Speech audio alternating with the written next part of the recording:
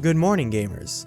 I would say, without a doubt, that the roguelike genre has the most subgenres out of any genre of gaming that ever did have a subgenre.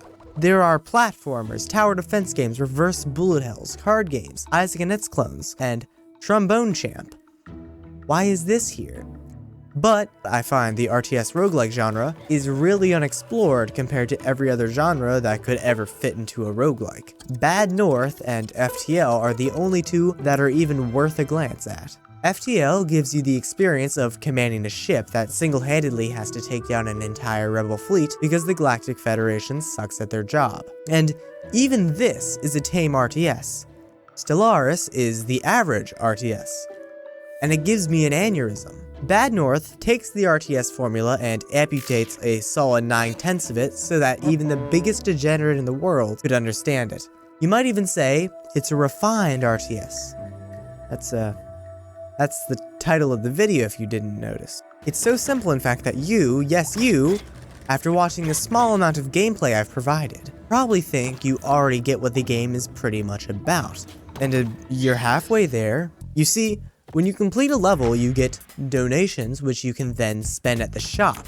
And you can plan out what troops will go to which island for that turn. Yes, turns, you heard me right, it's a turn-based RTS. What the game really is you have an army that are all good at certain things, and you have to build and distribute this army in the best way you can to successfully defend every island you can get your grubby little hands on, and tax them for their temporary safety. Whether you take their money or not, Vikings will come and kill them.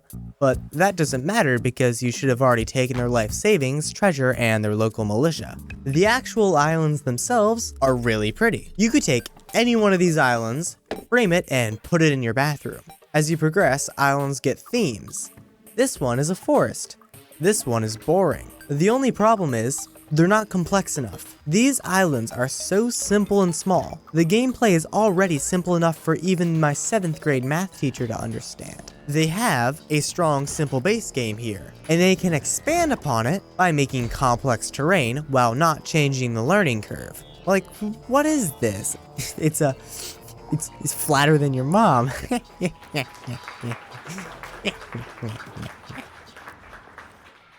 You can have up to 4 troops per island. Each might have an item, might have a trait, and probably has a class. Classes include archers, pikes, and infantry. Guess what they all do? They also come with abilities, which I'm showing right now. Lovely. Ooh, look at that one. Also, each commander has a trait that can affect what they do. For instance, heavy weapons on archers makes it so they can kill shield bearers by knocking them off of their boat. And this one turns the commander into a horse. Finally, you can find items on islands. They're either passive or active and always good. My favorite is the subscribe button. I want to congratulate this game on its enemies. Congratulations! I don't know if you can hear it, but I'm clapping right now. They somehow made all of the enemies engaging. The 2 enemies that come to mind are the House Carl and the Dual Wielders. If you've ever known a Carl, you would know that they are everything you wouldn't want in someone. They are tanky, strong fighters, come in groups, and have a ranged attack. So the best way to kill Carls is a combination of shields and pikes. The infantry will block the axe, retreat, and let the pikes kill them. Not too dissimilar are the Dual Wielders, who are Carls, but they decide to go full weeb.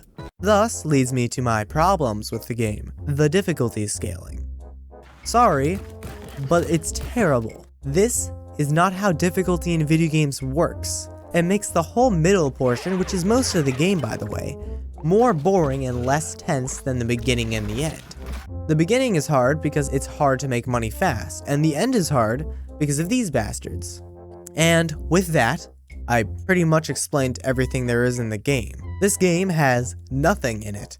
I have never seen a roguelike with as little content as this. The only way you will ever get your money's worth is playing the game every few months because by that point it's basically a new experience.